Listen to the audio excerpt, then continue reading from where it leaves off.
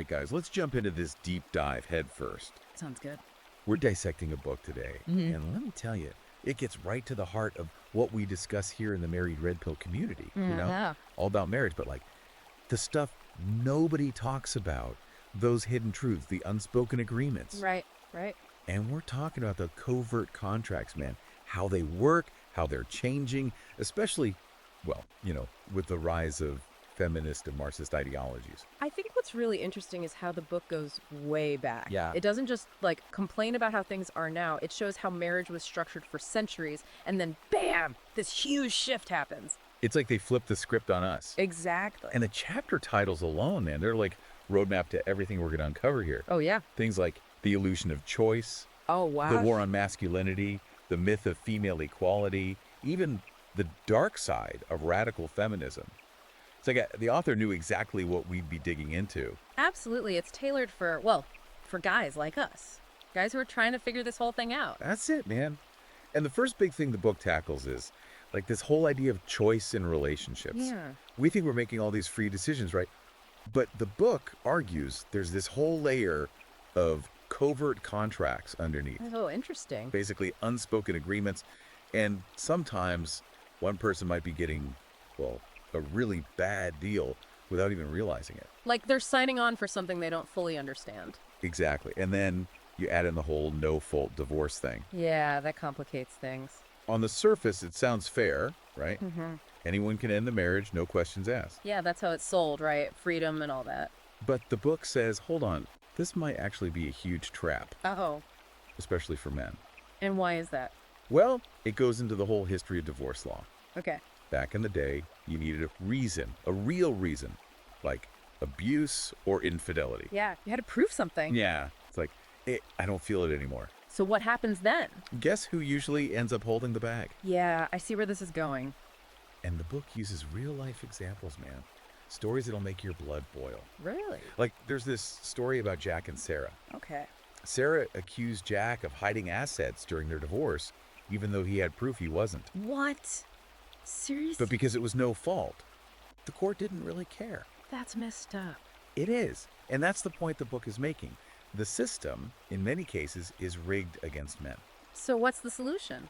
Well, the book says you got to be prepared, legally prepared. Okay, I'm listening. Get that prenup, document everything, because the courts, well, they might not be on your side. I guess it's better to be safe than sorry. Exactly. And it's not just about the money either.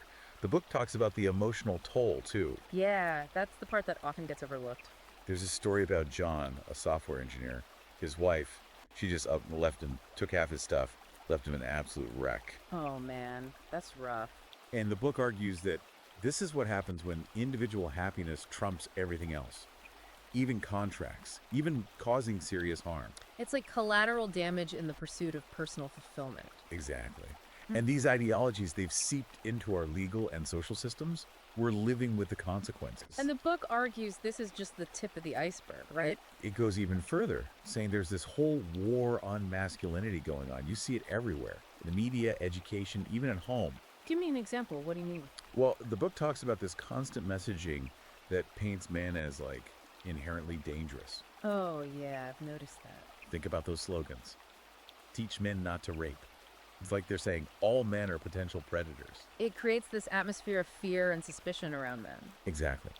And the book doesn't just point fingers. It tries to understand why the manosphere has become such a big thing. Especially communities like the Red Pill, right? Yep. It argues that these spaces have emerged as a direct response to this attack on masculinity. It's like a counter movement. It is. The book describes the manosphere as a refuge, a place where men can talk openly, support each other. A safe space, in a way. Yeah. It even talks about the more extreme side, like MGTOW, where men are just opting out of relationships and societal expectations altogether. It's like they're saying, if I'm the problem, I'm out. Yeah. It's a strong reaction, but it shows how deep this sense of alienation goes. Yeah, it's a pretty clear sign that something's wrong. Right. But the book also gives a warning. Don't just blindly follow any ideology. Okay, I get that. Think for yourself, question everything.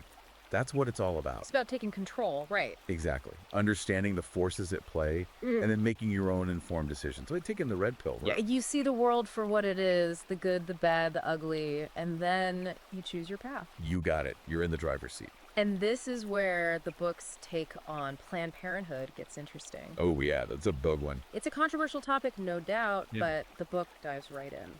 It argues that, on the surface, their focus on women's empowerment seems positive. Yeah, you hear that a lot. But there's this other side, this flip side, they say, that we don't often talk about. Like what? The book calls it the issue of lifestyle abortions and how that impacts men in traditional families. Yeah, I can see how that would be a concern for a lot of guys. It's not something you bring up at the dinner table. Exactly, but the book doesn't shy away from it. It lays out the numbers, points out that Planned Parenthood performs a huge chunk of abortions in the U.S. Yeah, and it's alarming when you think about how boys are being disadvantaged, how it affects them in the long run, and, society in general. Yeah, that's a big deal. The book uses some pretty crazy statistics. Like what? It mentions that boys are performing way worse than girls in reading and writing by the time they finish high school. Seriously. I mean, I knew things were bad, but Yeah, it's a complete reversal from, our father's generation. And the book puts the blame on this shift away from traditional teaching methods and masculine values. so it's like they're not teaching boys how to be men anymore. That's what the book is suggesting, yeah. It's like boys are being taught to be more emotional, sensitive, which isn't bad in itself, but... Yeah, there's got to be a balance. Right, the book says the pendulum has swung too far. It even compares it to boys being taught to be conspiratorially minded instead of strong and independent. Whoa, that's a pretty harsh comparison. It is, but it makes you think, right? For sure. The point is, boys need that balance. They need to learn resilience, leadership, responsibility, all those traditional masculine traits that used to be so valued. Yeah, that makes sense. And the book ties this directly back to fatherhood. Yeah, how so? It talks about how fathers are essential in a child's life, especially for boys, and how the lack of strong father figures is causing all sorts of problems. Oh, yeah, we see that all the time. It goes beyond just saying two parents are better than one. It really digs into the specific roles fathers play. Like what? Teaching discipline, responsibility, how to navigate the world, all that stuff. Yeah, those are crucial skills. The book argues that fatherlessness is at the root of a lot of social issues, from crime to declining academic performance among boys. It's like a chain reaction. It is, and then to really drive that point home, the book shares these heartbreaking stories. Like, there's this kid, Jack, who blamed himself for his parents' divorce. Oh man, that's tough. It just shows you how damaging these situations can be, especially when fathers are pushed out of the picture. It's a reminder that we got to fight for fathers' rights, for policies that support families. Absolutely. And the book goes even deeper, exploring the history of marriage, tracing it back to ancient Rome, China, way back. It's fascinating to see how it's changed over time. It is, and how it's always been this, vital part of society. Yeah, it wasn't just a piece of paper. Right. For most of history, divorce was a huge deal, a last resort. It was like, you're in it for life. But now, the book contrasts that with today, where marriage is seen as, this disposable thing. Yeah, almost like a contract you can just break whenever. And the book argues that's destabilized families and messed with society as a whole. It's like they've changed the rules of the game without telling anyone. And it gets even crazier when the book talks about the government's role in all this. What do you mean?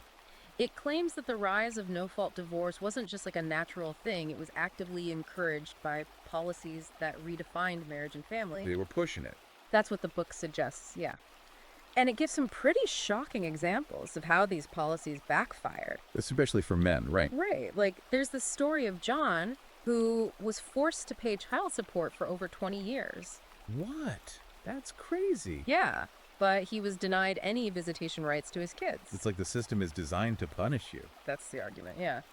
The book uses these stories to show the systemic bias against men in the legal system, especially with divorce and child custody. It makes you wonder if the scales are ever really balanced. And it doesn't stop there. The book goes on to criticize the influence of gender studies. Oh, wow, they go there. Yeah, claiming that these academic disciplines have contributed to the emasculation of men. I can see how some people would say that. It's like they're pushing this idea that traditional masculine traits are toxic. So being strong, assertive, a provider, Those are all bad things now. That's the message the book is challenging, yeah.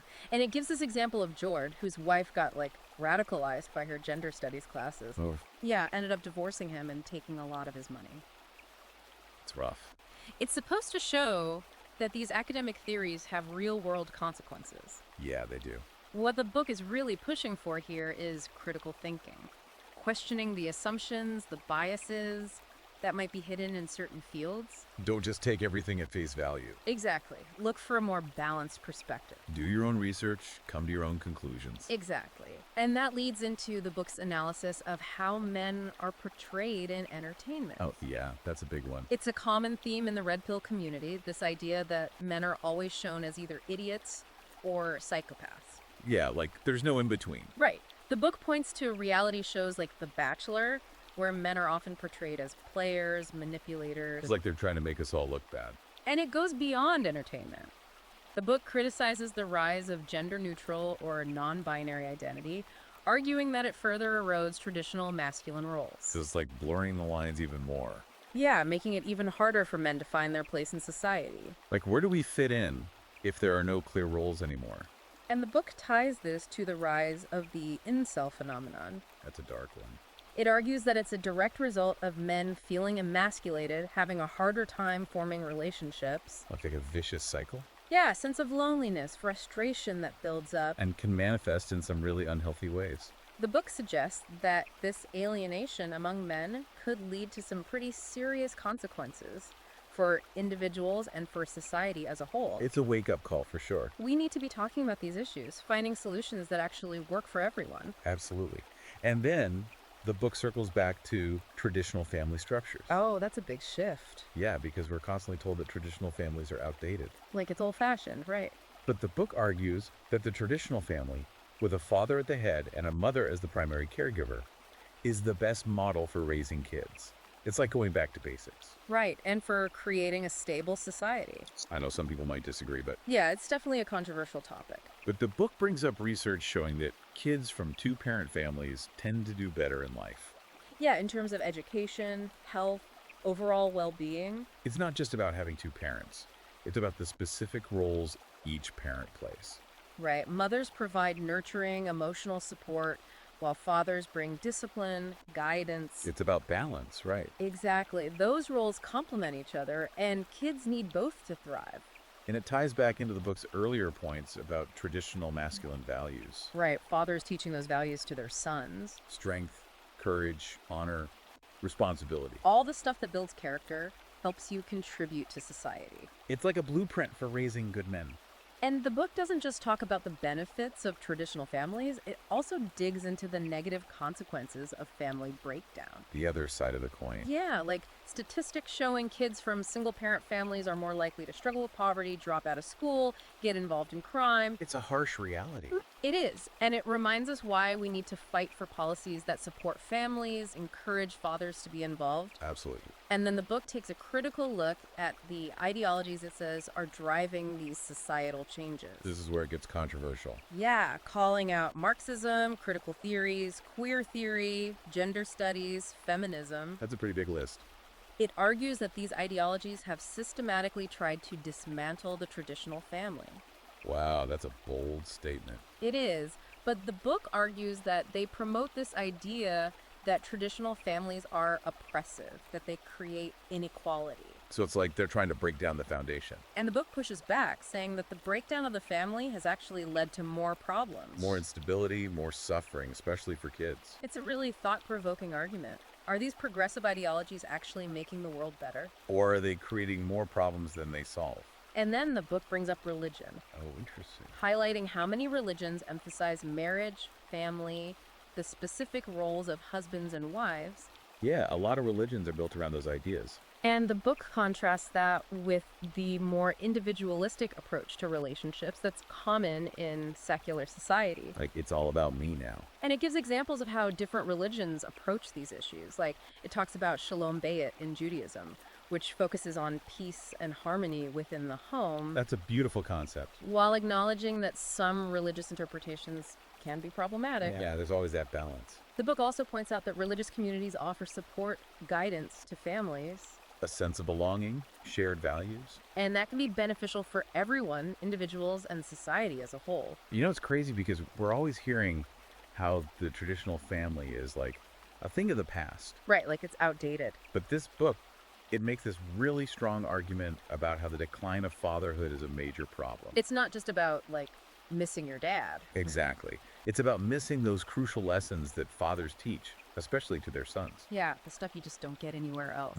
The book has this one example, I mean, it's really powerful, of this guy who says his success, everything he's achieved, it's all because of his dad. Because of his dad. Yeah, all the guidance he got, the lessons on hard work, perseverance, integrity, you know. Like his dad was his mentor. Exactly. Yeah. And it makes you realize that fathers have this, like, unique impact, you know. Right, it's a different kind of influence. And the book goes on to talk about the darker side of no-fault divorce. Oh, yeah, how it hits men specifically. It's like this system, it was supposed to be fair, but it ended up creating this whole new mess. Whole new set of problems, yeah. And some of the stories in the book, man, they're almost unbelievable. Yeah. Like this guy, George, he lost everything in his divorce. Everything. His kids, his house, his savings, everything. Just because his wife decided she wasn't happy anymore. That's rough. It's brutal, and the book says this isn't just an isolated case. It's like a pattern. Yeah, it argues there's this systemic bias against men baked into the legal system, and it's driven by radical feminist ideology. That's a bold statement. It is, but the book even cites statistics, like how fathers almost never get primary custody, Wow. and they're way more likely to be financially devastated after divorce. It's like the odds are stacked against you from the start. It's scary stuff, and the book goes even deeper, talking about the psychological impact on men. Oh, yeah, the emotional toll. It's like a double whammy.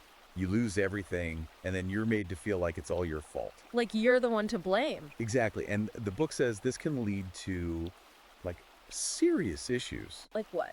Alienation, emasculation, despair. It's a heavy load to carry. It is, and it's no wonder we're seeing so many men struggling with depression, even suicide. It's like society's telling them they're disposable, and the legal system just reinforces that message. Yeah, it's pretty bleak.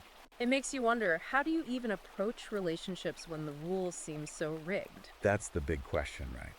And the book really tries to unpack this whole thing with consent theory. Consent theory. Yeah, and how it's playing out in modern relationships, especially marriage. It's a tricky subject for sure. It is, and consent is important, obviously. Of course. But the book argues it's been, like, twisted, weaponized almost, and it creates this constant fear for men. Like you're always walking on eggshells. Yeah, like one wrong step, and you're facing a false accusation. That's a scary thought. And it uses this example, it's really messed up, about this guy, Toby. What happened to him? His wife falsely accused him of cheating just to get an advantage in their divorce. Wow, just like that. It's crazy, and the book says this is happening more and more.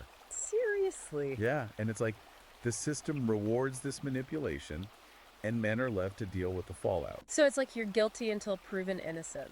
It feels that way sometimes, Mm-hmm. and it makes you question this whole idea of female equality, you know? Right, like what does that even mean anymore? The book argues that this pursuit of absolute equality, it's come at a cost, especially for men. It's like the pendulum has swung too far in the other direction. Exactly, and the book says that while women have definitely made progress, this push for, like, total sameness, it ignores the inherent differences between men and women. It's like trying to force everyone into the same mold. And it can actually end up hurting both sides. Interesting.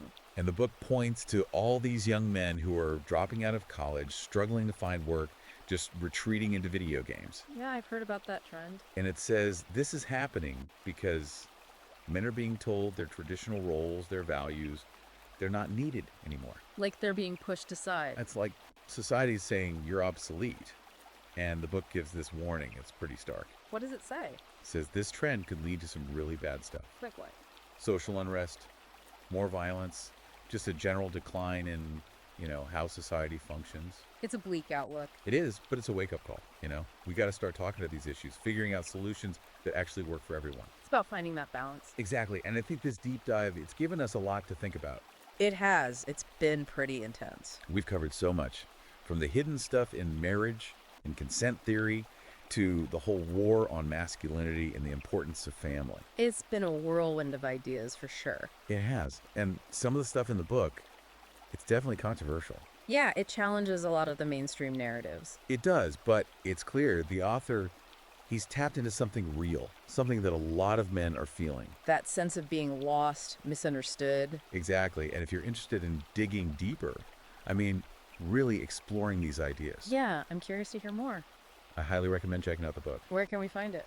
It's on Amazon Kindle and Google Play Books. Perfect. I'll definitely check it out. Guys, this has been a heavy one, but I think it's important to have these conversations. Yeah, we got to keep talking, keep questioning, keep searching for the truth. That's what it's all about. Thanks for joining us on this deep dive. And until next time, keep those minds open.